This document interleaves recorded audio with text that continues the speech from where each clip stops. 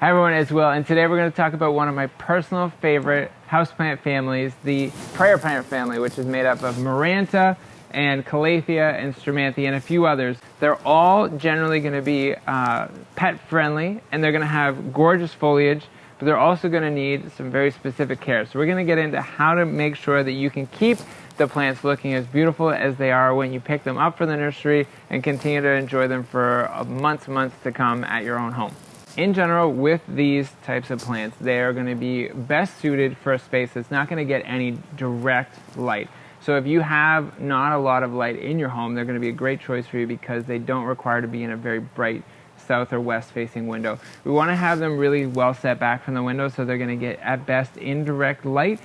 If you think about where they grow endemically, they're from the rainforests and the jungle floors, so they're only used to ever getting filtered sunlight dappled through the canopy of the much taller trees above them. So they're not used to getting that bright sun. So if we're setting them well back, that's going to be the first good thing that we can do to make sure that the leaves don't curl up. Because especially if we have some of the varieties like the Zebrina, when we have them here in the nursery, we have to make sure that they have double shade coverage over top of them, and sometimes even a much bigger plant over top of them just to protect them, because they will actually curl up their leaves and protect them and make themselves smaller if they're getting too much light. So if you're seeing that immediately, like you put it in a spot and within hours it started to curl up, then you know that it's getting too much light.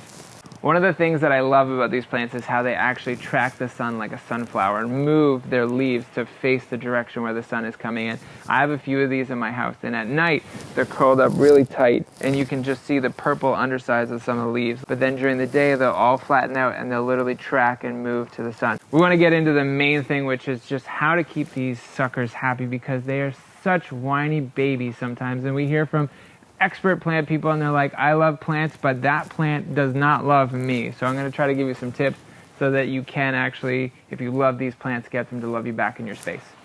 So I'm going to touch on, with the calathea, the 3 things that they need to make sure that they're staying happy. And we touched on the first one before, but it's light, and we want to make sure that we're not getting too much light, which is different than a lot of the other plants, but not too much light. So if you can get them into that condition, then they won't curl up. Talking about light exposure, you can see with this Zebrina, and we also have the jungle velvet here, which are very sensitive to light. In this case, this part that wasn't covered by the other leaf has already started to curl in just this short time that we've had it out for this video, and this other leaf down here is completely starting to curl up because it's getting too much light in this full light exposure in the greenhouse. We want to make sure that with these ones that we're keeping them away from the light in order for it to not curl. The second thing that we need to have is consistent watering. And we don't want them to be drying out. So you obviously don't want to soak the roots so that they're completely soggy all the time, but we don't want to have them so that their soil isn't moist like this one here. If it does get too dry, then things could get a little bit nasty. And you can see with these, so this is Fusion White. Fusion White Vittata, very sensitive and very difficult in terms of keeping them happy with their watering. And so with these ones here, you've started to see that these leaves are starting to curl up and completely dry out because of getting too much light or too dry for too long. So we want to prevent that. And you'll see this is an example of one that's been around longer. Then the leaves will start to get brown and crispy like that. Then you know that that was caused by a period in the past of excess dryness, where it dried out too quickly for too long. If that happens, then there's a way to salvage that. And that way is with scissors, my friend. Everyone's got these scissors at home. All we have to do is take our scissors and just create a new rounded pointed tip. And so we just take our scissors in there like that, and we can make our new tip. And then on first glance you can't tell that that one has been clipped like that, and it will help you to prevent people from seeing that, and then for you to also not feel too guilty when it's like that. So it's not going to hurt the plant to be rounded like this.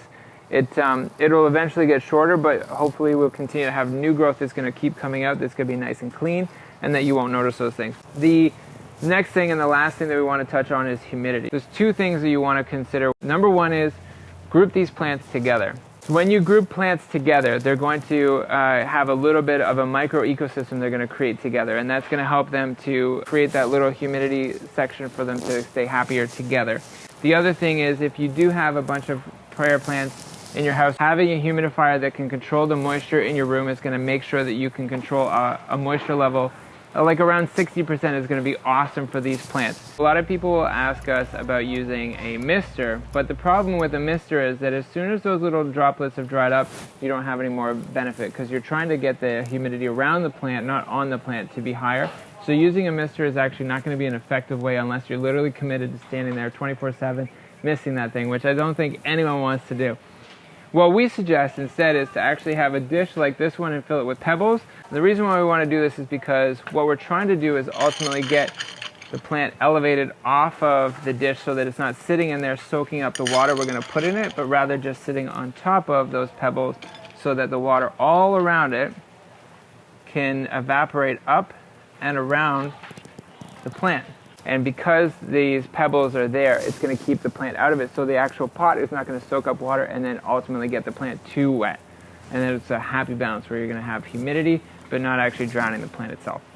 If you have the calathea, make sure that you keep them out of direct, intense sunlight. Make sure that you can try to increase the humidity of the space that they're in by either grouping them together or, better yet, having a humidifier that you can put in the space with them.